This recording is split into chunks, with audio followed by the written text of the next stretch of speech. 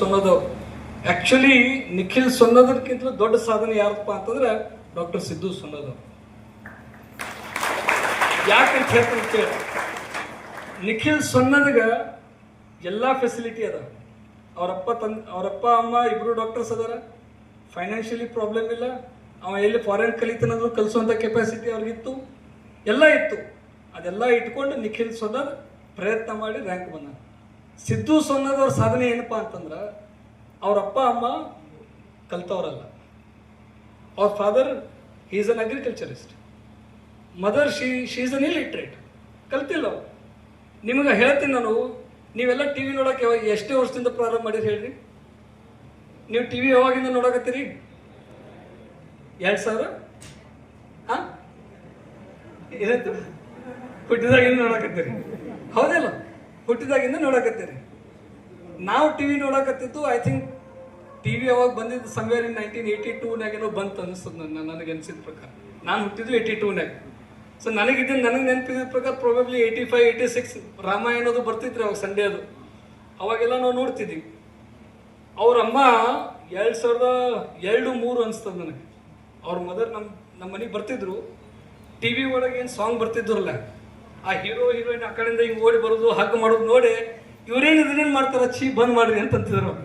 ಅಂದ್ರೆ ಅಷ್ಟು ಇನ್ನೋಸೆಂಟ್ ಅವ್ರು, ಟಿ ವಿ ಅನ್ನೋದು ಗೊತ್ತಿರಲಿಲ್ಲ ಅವ್ರು. ಅಂಥ ಫ್ಯಾಮಿಲಿ ಒಳಗೆ ಡಾಕ್ಟರ್ ಸಿದ್ದು ಸೊನ್ನದವ್ರು ಬೆಳೆದವ್ರು. ಈಗ ನಾವೆಲ್ಲ ಹೇಳ್ತೀವಿ ಸಾಧನೆ ಮಾಡಬೇಕಾದ್ರೆ ದೊಡ್ಡ ಸಿಟಿ ಒಳಗೆ ಬೆಳಿಬೇಕು, ಶ್ರೀಮಂತರ ಮನೆ ಒಳಗೆ ಬೆಳಿಬೇಕು, ಅದು ಹೀಗಾಗಿ ದೊಡ್ಡ ಸಿಟಿ ಒಳಗೆ ಬೆಳಿಬೇಕು, ಆಮೇಲೆ ಶ್ರೀಮಂತರ ಮನೆಯೊಳಗೆ ಬೆಳಿಬೇಕು, ವಿದ್ಯಾವಂತರ ಮನೆಯೊಳಗೆ ಹುಟ್ಟಬೇಕು ಅಂದ್ರೂ ನಾವು ಸಾಧನೆ ಮಾಡೋಕ್ಕೆ ಸಾಧ್ಯತೆ ಅಂತ ನಾವೆಲ್ಲ ಅನ್ಕೋತೀವೇನಿಲ್ಲ. ಬಟ್ ಅದೆಲ್ಲ ಸುಳ್ಳು. ಸಾಧನೆ ಮಾಡೋಕೆ ಏನು ಬೇಕಪ್ಪ ಅಂತಂದ್ರೆ ಮೊದಲು ನಮ್ಮಲ್ಲಿ ಆ ಮನಸ್ಸು ಇರಬೇಕು. ಈಗ ಲಾಸ್ಟ್ ಇಯರ್ ಮುಧೋಳ್ನಲ್ಲಿ ಕೊಣ್ಣೂರು ಅನ್ನುವಂಥ ಹುಡುಗಿ 10th ಸ್ಟ್ಯಾಂಡರ್ಡ್ನಲ್ಲಿ ಫಸ್ಟ್ ರ್ಯಾಂಕ್ ಬಂದ್ಲಕ್ಕೆ, ಇಡೀ ಸ್ಟೇಟಿಗೆ ಫಸ್ಟ್ ರ್ಯಾಂಕ್ ಬಂದು.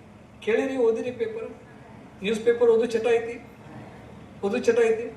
ಹಾಗಿದ್ರೆ ಎಲ್ಲಿ ಕಲ್ತಾಳೆ ಹೇಳ್ರಿ? ಬೆಳ್ಳಿಗೆರೆ ಮೊರಾರ್ಜಿ ದೇಸಾಯಿ ಸ್ಕೂಲಿಗೆ, ಗೌರ್ಮೆಂಟ್ ಸ್ಕೂಲಲ್ಲಿ ಕಲ್ತ್ಲಕ್ಕಿ. ನಾನು ಆಕಿಗೆ ಸನ್ಮಾನ ಮಾಡೋಕೆ ಎಲ್ಲಿ ಅವ್ರ ಊರಿಗೆ ಹೋಗಿದ್ದೆ, ಆಕಿಗೆ ಸನ್ಮಾನ ಮಾಡಬೇಕು ಅಂತ ಹೇಳಿ. ನನಗೆ ಊರನವ್ರು ಏನು ಮಾಡಿದರು, ಸರ್ ಪಂಚಾಯತ್ಗೆ ಕುಂದ್ರಿ, ಆಕಿನ ಇಲ್ಲೇ ಕರೆಸ್ತೀವಿ ಅಂತಂದ್ರು ಅವರು.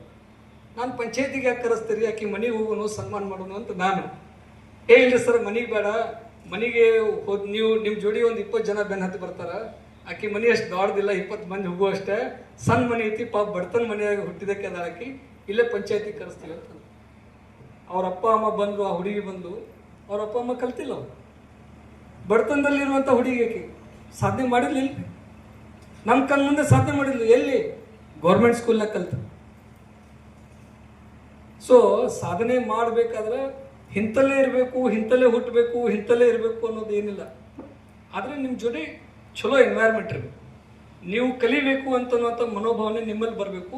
ನಿಮ್ಮ ಜೋಡಿ ಸಪೋರ್ಟಿವ್ ಸಿಸ್ಟಮ್ ಆಗಿ ನಿಮ್ಮ ಪೇರೆಂಟ್ಸು ನಿಮಗೆ ಪುಷ್ ಮಾಡಬೇಕು, ನಿಮಗೆ ಗೈಡೆನ್ಸ್ ಆಗಿ ಒಂದು ಒಳ್ಳೆ ಗೈಡೆನ್ಸ್ ಆಗಿ ನಿಮ್ಮ ಲೆಕ್ಚರರ್ಸು ಕೂಡ ನಿಮಗೆ ಮಾರ್ಗದರ್ಶನ ನೀಡಬೇಕು.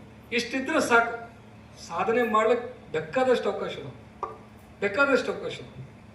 ಸೊ ಅದಕ್ಕೆ ನಾನು ಈಗ ಇಷ್ಟು ಜನ ಸ್ಟೂಡೆಂಟ್ಸ್ ಕುಂತೀರಿ, ನಾನು ಕೇಳೋದು